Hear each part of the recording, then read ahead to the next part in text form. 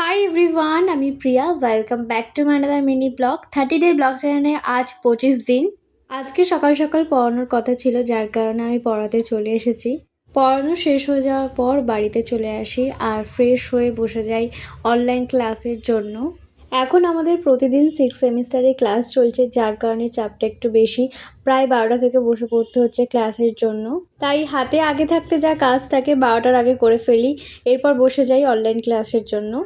দুটো ক্লাস করার পর মধ্যেখানে 1 ঘন্টা ব্রেক ছিল, যার কারণে আমি স্নানটা সেরে ফেলি। এরপর আরও একটা ক্লাস ছিল, ওটা কমপ্লিট করে নিলাম। এরপর চলে আসি লাঞ্চ করতে।